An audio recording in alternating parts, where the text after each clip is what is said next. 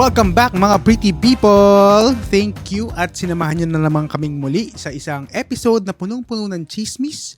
Pero ang difference lang dito sa podcast natin is that hindi tayo natatapos sa chismis lang. Sa dulo ng episode na to, posible naman na meron kayong makukuhang knowledge tidbit one way or another. Pero bago tayo pumunta sa Chismis of the Week, ako nga pala si Tito Alvin, your millennial tito na magbibigay sa inyo ng mga opinyon na hindi nyo naman hinihingi. Mga opinyon tungkol sa iba't ibang social concepts and trending issues. And in this podcast, aalamin natin kung anong behaviors ang pretty or petty. If you are watching us from YouTube, huwag niyong kakalimutan to like this video and to subscribe to our channel. Kapag hindi kayo nag-subscribe, kukudaan kayo ni Tito Mars online. Gusto niya ba yan? Naku, ayaw natin sa mga ganyan, di ba? If you are in Spotify naman, please follow us and give us a 5-star rating. Just go back to the main page and then click the follow button. Please turn on your notifications on YouTube or in Spotify para updated ka sa mga bago nating episodes.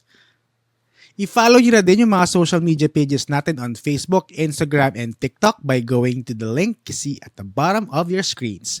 So, for this week, naging viral sa social media ang isang rant ng isang patron ng isang famous restaurant dahil hindi sila pinapasok sa loob ng restaurant. Ang kanilang hinala, itong restaurant na ito ay nagkiklaim na sila ay pet friendly pero hindi sila pinayagang papasukin together with their pet na aspin. Need more details? Susunod na yan in our next segment that we call Storytime.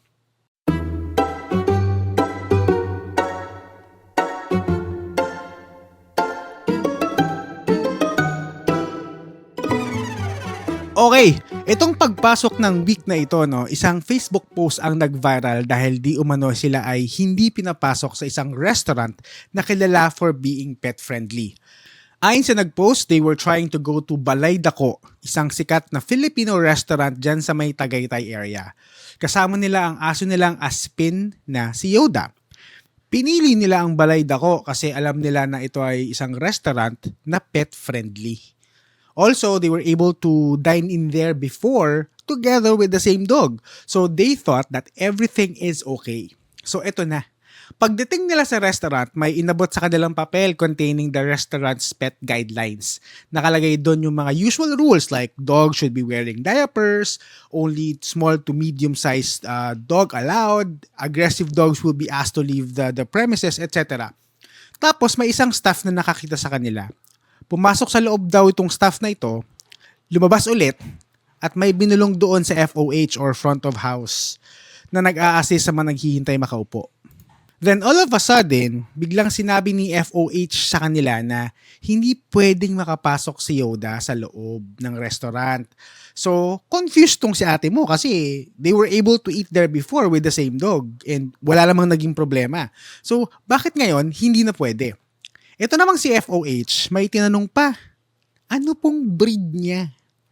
Dito na kinutuban si ate mo girl na may hindi magandang mangyayari. So instead of saying aspin, ang sinabi na lang niya ay mixed breed, knowing that some establishments have negative feelings about aspins compared to dogs with breeds. Pero medyo mahaba pa yung naging tanungan nila to the point that the manager of the restaurant joined in the conversation. Pero ito yung nakakaloka dito. When the manager was asked for any online fine print that says the allowable weight limit of dogs, wala silang mapakita. Instead, the manager showed Atiker some pictures of dogs that are allowed or that were allowed in the restaurant. Ito yung mga pictures ng dogs na pinost ng restaurant sa social media pages nila. And guess what? Yung mga pictures na pinakita sa kanya ay dogs na mas malalaki pa compared sa aspin na si Yoda. Eh di lalong nagalit si ate mo kasi sa totoo lang, hindi naman talaga nagme-make sense, di ba? Anyway, mahaba yung post ni ate about the ordeal na pinagdaan nila sa restaurant na ito. Kung hindi nyo pa yan nakita, ipapost ko dito yung mga screenshots ng post niya tapos ipost nyo na lang yung video para mabasa nyo.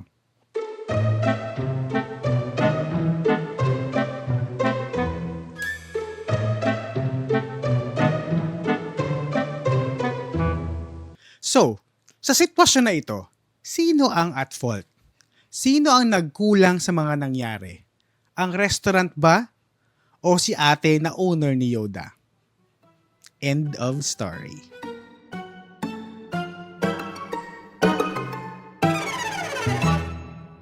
Okay, ayan. So, yung problemang yan ay naging problema na din ng ilang mga fur moms and fur parents dyan, no? Kahit ako, naging problema na din namin yan sa mga fur babies namin before kasi some establishment requires pets to wear diapers. Hindi namin dinadiaper yung dogs namin. So, anyway, more of that later. Siguro, una natin pag-usapan yung right ng establishment to enforce their rules. Okay? Restaurants like Balay Dako is, by the end of the day, a private company or a private institution. Having said that, they have the right to impose rules that they think will be best for their customers' comfort and safety. Di ba nga yung mga ibang establishments may mga dress code na kailangan sundin? Minsan, meron ding rules on items na hindi mo pwedeng ipasok sa loob ng establishment nila. And when it comes to pets, I think it's just right for them to set up these rules para sa safety ng staff, safety ng ibang guests and customers, and safety ng mga pets na din mismo. Kaya yung ibang mga lugar, may mga rules sila about sa allowable pet size, may mga rules on diapers, and rules on general behavior ng pets. And I think there's nothing wrong with that. On the other hand, some establishments took the name pet-friendly very loosely. Okay? Medyo dahil available yung word na pet-friendly, ginamit na nila kahit hindi naman talaga sila pet-friendly. They claim that their place is pet-friendly, pero yung rules and regulations nila is not showing pet-friendly at all. Marami na ako nakitang mga reklamo ng mga fur parents sa Facebook groups kasi yung ibang lugar is pet-friendly daw, pero friendly lang sila sa mga small breeds at hindi nag-a-allow ng mga large breeds like Labradors and Golden Retrievers. In this scenario ng Balay Dako, mukhang may issue of being, ano man tawag natin dyan, breed-friendly, no? Dahil mukhang na-discriminate itong si Yoda dahil isa siyang aspin. Nakakalungkot lang isipin na hindi lang pala tao na di-discriminate ngayon, pati din pala mga aso na di-discriminate na. Medyo ironic lang din kasi na Balay Dako is a Filipino restaurant and yung aso na hindi nila pinapasok is an aspin, which is a quintessential Filipino dog breed. 'Di ba? Anyway, going back dun sa rules. Tulad nung community condo namin. We were advised na small breeds of dogs lang ang pwede. Hindi pwede yung mga large breeds. Meron silang apart from merong total limit, meron ding size limit. Buti na lang, yung mga aso namin, maliliit lang. Kasi pwede mo ibulsa. Charot. Pero kung may malaki kang aso, imagine mo, unfortunately, hindi ka pwede doon sa condo. Either hahanap ka ng ibang condo that will allow big dogs, or bibigay mo sa iba aso mo, or bebenta mo, hindi mo siya kasama doon sa condo. Sobrang nakakalungkot lang, pero ganun talaga eh. Yun yung rules nung condo. So, wala tayong choice kundi mag-follow. Pero yun nga, may mga establishments din kasi na kung makagamit ng term na pet-friendly, wagas na wagas. Kahit naman ang dami nilang rules na hindi pwedeng ganito, hindi pwedeng ganyan, hindi pwedeng ganito. Sana din nila kayo nagpapasok ng pets, diba? Pero hindi ko sila masisi. Lugar nila yun eh. Private establishment nila yun. So they have the right to put those rules. It's just sad to hear that a lot of establishments are hiding behind this pet-friendly facade kahit hindi naman talaga. Parang ganito lang yan eh. Kunyari, festa sa inyo. Tapos, sabi mo, welcome lahat ng bisita. So, mga bisita, papasok sa bahay nyo. Kasi welcome lahat ng bisita, sabi mo eh. Dumating yung ex mo. Hindi mo pinapasok. Bisita naman siya. Diba? Parang ganun yung dating. So, hindi mo pinapasok ang ex mo kahit despite the fact na sabi mong welcome lahat ng bisita. So parang ganun to, pet-friendly ka pero hindi lahat ng pets welcome. Siguro ito na lang suggestion ko no sa mga establishments, sa mga private businesses. Look and study your pet rules and guidelines. If your guidelines will exclude a certain type of pet due to its size, breed, weight, or type, then don't call yourself pet friendly. Kasi medyo misleading nga naman if you say na you are pet friendly pero ang daming reservations. Pet friendly pero ayaw sa big dogs. Pet friendly pero ganito, pero ganyan. Pet friendly pero pag aspin hindi pwede. Nakakalungkot, di ba? Just say that you allow pets but you have strict rules and guidelines about it. Para yung mga pet owners hindi masyado nag-e-expect. Kapag sinabing pet friendly, it should encompass all types of pets. Hindi yung pinipili nyo lang kung ano yung pwede. Also, make your guidelines clear. Kung bawal ang large breeds, lagay nyo yan sa fine print nyo. Kung bawal ang aso or pusang walang breed, lagay nyo yan sa fine print nyo. Para clear sa lahat ng makakabasa. O, sabi nyo pet friendly kayo, di ba? Paano kung daling ko yung alaga kong ahas o iguana? Okay lang ba yun? Pet din naman yun, di ba? Kung hindi, ilagay nyo yan sa fine print nyo. Lagay nyo na only dogs and cats allowed. Am I making sense? Also, make these guidelines available online. Pet owners nowadays will usually check your company's socials kung pet-friendly kayo o hindi. Help the people be informed by using your social media pages in disseminating these rules. Whereas kung itong mga rules na to about pets are available online, yung clear, detailed, and specific guidelines, people will see it ahead of time. They can make the necessary arrangements and adjustments based on their needs and their pet's needs. Next na gusto kong i-point out din is the responsibility of the pet owner. Siyempre, hindi lang yung business yung mag-adjust, no? Dapat yung pet owner din. As for parents, we should do our due diligence in checking and researching if the place we would like to go with our fur babies indeed allow pets. Mabuti nang prepared ka para hindi na kayo mahasal ng fur babies nyo when going to these places. Also, let's not assume na kapag inalaw kayo noon, iaalaw kayo ngayon. Tandaan natin na yung rules ng mga establishments na to, ng mga business na to, no, it may change anytime. Minsan kasi may mga accidents na nangyayari kung saan hindi behave yung pets, maingay yung pet, or worse, may nakagat yung aso na ibang guest, ibang staff, or ibang aso. Because of these accidents, merong possibility na maging mas mahigpit yung rules ng establishments about allowing pets in. Hindi ko sila masisisi kung nangyari yan. They need to put extra measures and additional rules to prevent these kinds of accidents from happening again.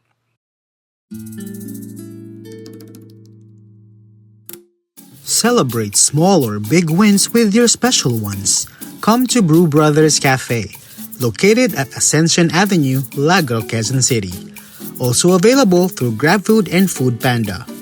Brew Brothers Cafe, your destination for celebration.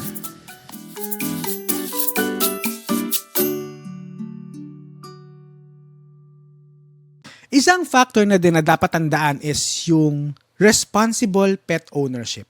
Ang pagiging pet owner, may kasama po yung responsibilities. For example, when dining sa mga restaurants, please, huwag nyo naman ipatong yung mga pets nyo sa table. Either iupo nyo sila sa isang chair or i-leash nyo sila under the table.